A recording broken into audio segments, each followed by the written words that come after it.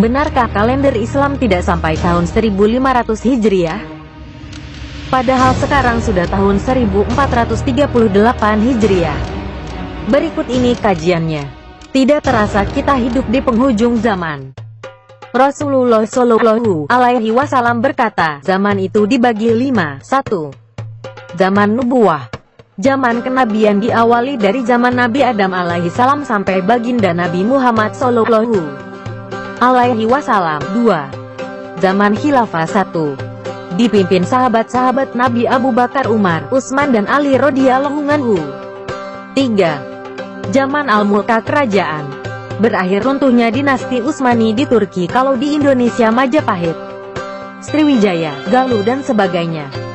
4. Zaman Jababirot.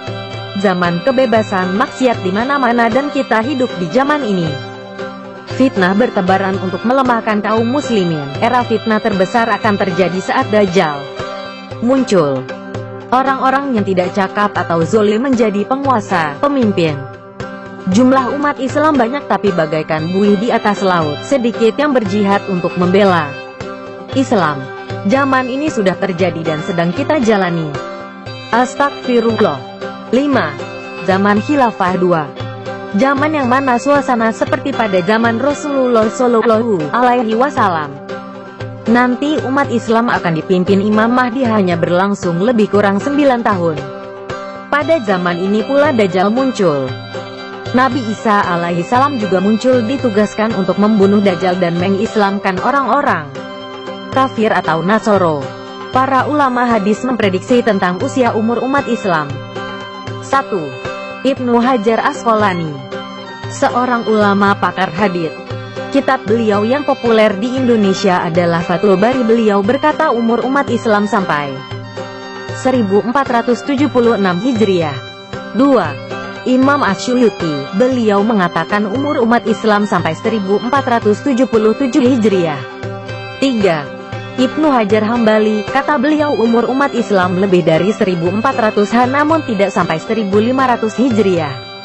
Allahu Akbar, sekarang umur umat Islam sudah sampai pada 1437 Hijriah. Hari kiamat tidak ada yang tahu termasuk Rasulullah Shallallahu Alaihi Wasallam. Namun mengenai umur umat Islam, Rasulullah sudah memberi bocoran tidak sampai 1500 Hijriah. Kelak di akhir zaman Allah Subhanahu wa Ta'ala akan wafatkan serentak umat Islam di muka bumi dan yang tersisa hanyalah orang kafir yang akan menyaksikan hancurnya bumi, gunung, laut, langit dan seluruh alam. Baca surat Al-Qoriyah, Al-Qiyamah, Al-Waqiah. Di antara tanda kiamat kata Rasulullah Shallallahu Alaihi Wasallam akan muncul duhon, kabut hitam yang menyelimuti bumi selama 40 hari 40 malam. Lalu sahabat bertanya, ya Rasulullah, kapan itu terjadi? Kata baginda Nabi Shallallahu Alaihi Wasallam, itu terjadi apabila yang pertama kalau penyanyi wanita bermunculan di mana-mana. Yang kedua kata Rasulullah Shallallahu Alaihi Wasallam, kalau alat musik dicintai oleh umatku dan minuman keras di mana-mana. Saudaraku, tanda-tanda di atas sudah muncul semua sekarang. Mumpung masih ada waktu, mari segera benahi diri. Perbaiki kualitas ibadah dan perbanyak amal solih untuk bekal di akhirat nanti. Wallahu a'lam. Sudah siapkah kita? Kajian ilmiah seluruh pakar iptek di timur dan barat sudah 100% membenarkan peringatan Rasulullah 14 abad yang lalu ini.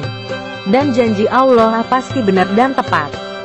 Badan Meteorologi dan Geofisika menyatakan bahwa akan terjadi kemarau panjang yang akan melanda dunia. Diperkirakan kemarau panjang tersebut akan dimulai tahun 2019 hingga 2022. Cadangan air dunia saat ini hanya tersisa 3% saja. Lalu apa artinya informasi ini bagi kita? Artinya adalah keluarnya Dajjal telah sangat dekat. Dan munculnya Imam Mahdi telah berada di tengah-tengah kita, tanpa kita sadari. Ini berarti apa yang disabdakan Rasulullah telah terbukti dalam hadits tentang kisah Tamim Ad-Dari. Keluarnya Dajjal ditandai dengan keringnya danau Tobaria, Tiberias, keringnya mata air Zugor, dan pohon kurma Baisan tidak berbuah lagi. Dan jika kita mengikuti perkembangan informasi terakhir tentang 3 pertanda tersebut, sudah nyata terjadi. Sudah 2 tahun ini, pohon kurma di Baisan tidak berbuah lagi. Diikuti dengan semakin minusnya mata air Zugor. Dan yang paling mencengangkan adalah surutnya air di Danau Tiberias di Israel sudah sangat mengkhawatirkan. Sedemikian, sehingga pemerintah Israel sibuk mencari sumber air lain. Salah satunya perencanaan penyulingan air laut. Dalam hadits lain dikatakan bahwa Dajjal akan keluar dari sarangnya ditandai setelah terjadi kemarau dan kekeringan selama kurun 3 tahun. Dan sebagaimana disebutkan di atas, bahwa Badan Meteorologi dan Geofisika telah memperkirakan kekeringan panjang akan dimulai tahun 2019 hingga 2022. Jika di antara kita ada yang pernah berhaji dari tahun 2011, 2012, 2013, 2014, maka insya Allah pernah berjumpa dengan calon Imam Mahdi di dekat Ka'bah. Dan hanya orang-orang khusus saja yang mengetahui tanda-tandanya. Dan kemunculan Imam Mahdi ini seperti yang pernah dinubuahkan oleh Rasulullah adalah ditandai wafatnya raja yang namanya bermakna nama hewan. Bisa jadi ia adalah Raja Fat yang artinya singa. Setelah itu terjadi perselisihan dan naik tahta raja yang banyak dosa, kemudian meninggal, kemudian muncul raja yang baik. Bisa jadi ia adalah Raja Salman. Wallahu a'lam. Di masa atau setelah masa pemerintahan Raja Salman inilah terjadinya pembaiatan atas Imam Mahdi. Dari pertanda ayat-ayat kauniyah tersebut, kesimpulannya adalah akhir dari fananya dunia ini sudah demikian dekat. Marilah kita berbuat baik semaksimal mungkin. Dan ajaklah setiap berjumpa sesama muslim dimanapun, untuk semakin bersungguh-sungguh memperbanyak amal akhirat. Allahu Akbar. Kiamat menurut agama Islam ditandai dengan beberapa pertanda. Kita boleh baca novel sampai beribu-ribu kali, tapi baca ini hanya perlu 5 menit. 1. Kemunculan Imam Mahdi. 2. Kemunculan Dajjal. 3. Turunnya Nabi Isa alaihi salam. 4. Kemunculan Yakjuj dan Makjuj. 5. Terbitnya matahari dari barat ke timur. 6. Pintu pengampunan akan ditutup. 7. Dabah akan keluar dari tanah dan akan menandai muslim yang sebenar-benarnya. 8. Kabut selama 40 hari akan mematikan semua orang beriman sejati sehingga mereka tidak perlu mengalami tanda-tanda kiamat lainnya. 9. Sebuah kebakaran besar akan menyebabkan kerusakan. 10. Pemusnahan, runtuhnya Ka'bah. 11. Tulisan dalam Al-Quran akan lenyap. 12. Sangka kalah akan ditiup pertama kalinya, membuat semua makhluk hidup merasa bimbang dan ketakutan.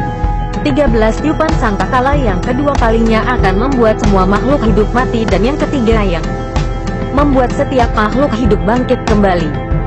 Nabi Muhammad Shallallahu Alaihi Wasallam telah bersabda, barang siapa yang mengingatkan ini kepada orang lain, akan kubuatkan tempat di surga baginya pada hari penghakiman kelak. Kita boleh kirim ribuan BBM mesra promote BC yang terlalu penting, tapi bila kirim yang berkaitan dengan ibadah mesti berpikir-pikir. Allah berfirman, jika engkau lebih mengejar duniawi daripada mengejar dekat denganku, maka aku berikan, tapi aku akan menjauhkan kalian dari surgaku. Itulah yang dimaksud Dajjal yang bermata satu. Artinya hanya memikirkan duniawi daripada akhirat. Kerugian meninggalkan sholat subuh, cahaya wajah akan pudar. Zuhur, berkat pendapatan akan hilang. Asar, kesehatan mulai terganggu. Maghrib, pertolongan anak akan jauh di akhirat nanti. Isya, kedamaian dalam tidur sukar didapatkan. Sebarkan dengan ikhlas. Tiada paksaan dalam agama, niatkan ibadah, sebarkan ilmu walau 1 ayat. Nasihat kubur. 1. Aku adalah tempat yang paling gelap di antara yang gelap, maka terangilah aku dengan tahajud. 2. Aku adalah tempat yang paling sempit, maka luaskanlah aku dengan bersilaturahim. 3. Aku adalah tempat yang paling sepi, maka ramaikanlah aku dengan perbanyak baca Al-Quran.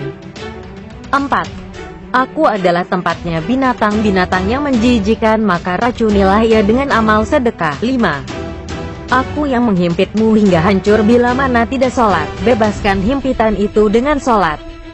6. Aku adalah tempat untuk merendammu dengan cairan yang sangat amat sakit. Bebaskan rendaman itu dengan puasa. 7. Aku adalah tempat munkar dan nakir bertanya. Maka persiapkanlah jawabanmu dengan perbanyak mengucapkan kalimat La ilaha illallah. Kirim video ini semampumu dan seikhlasmu kepada sesama muslim. Sampaikanlah walau hanya pada satu orang. Karena, saat kamu membawa Al-Quran, setan biasa-biasa saja. Saat kamu membukanya, syaitan mulai curiga. Saat kamu membacanya, ia gelisah.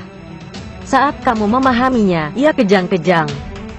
Saat kamu mengamalkan Al-Quran dalam kehidupan sehari-hari, ia stroke. Terus dan terus baca dan amalkan agar syaitan stroke semuanya juga jantungnya dan mati. Ketika Anda ingin menyebarkan ini, lagi-lagi syaitan pun mencegahnya. Syaitan berbisik, sudahlah tak usah disebarkan. Tak penting, buang waktu saja. Tak mungkin akan dibaca sekecil apapun amal ibadah, Allah Subhanahu wa Ta'ala menghargainya. Yang mensare ini semoga menjadi amal, amin.